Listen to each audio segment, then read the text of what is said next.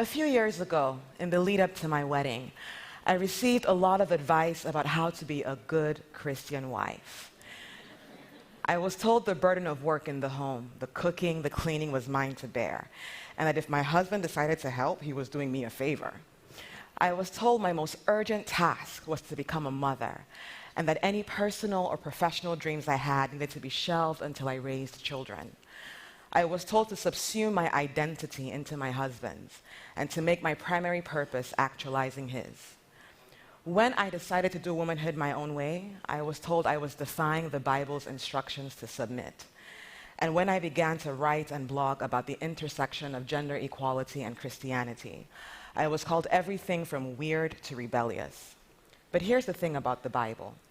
Whatever you go to it looking for, you will find. If you go to the Bible looking for verses to justify oppressing women, yes, you will find them. And if you go to the Bible looking for verses that support the liberation and honor of women, believe me, you will find them too. You see, having worked and engaged with feminist theologians across different faiths, what I've come to realize about people of faith is this: we all pick and choose. We are all selectivists. No human being approaches a religious text with a clean slate. We come with our own histories, our cultures, our identities, our motives, and more. We interpret Scripture through our experiences and our biases. Now, I know that talking about religion in spaces like this one isn't always deemed polite.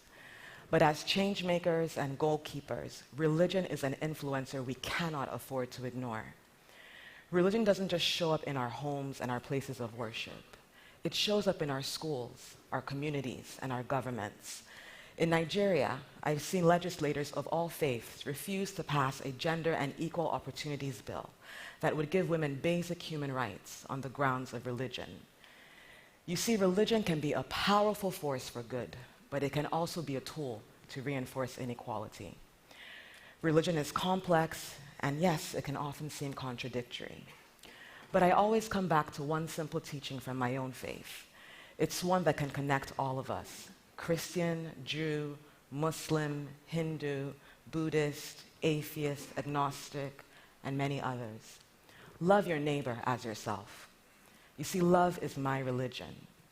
In her book, Moment of Lift, Melinda Gates writes, "The supreme goal for humanity is not equality, it is connection. Equality without connection misses the point. When people are connected, they feel woven into each other. You are a part of me, and I am a part of you. If either of us suffers, we suffer together." This blurs the borders between human beings, and what flows through those porous borders is love. Love is what makes us one. Love is what lifts us up. That, to me, is a guiding light for all of us. Not just in this session, but in our work. Let love be our bias. While we'll often stray from that goal, and while the limitations and the imperfections of our humanity might at times slow our progress, it is in fact that same humanity that can unite us and motivate us towards something better. If you take away anything from today's session, I hope it is this: bias is a part of who we are. It can have real consequences, but overcoming bias is not impossible. We can choose to reframe our view. We can choose to see human beings and to hear them.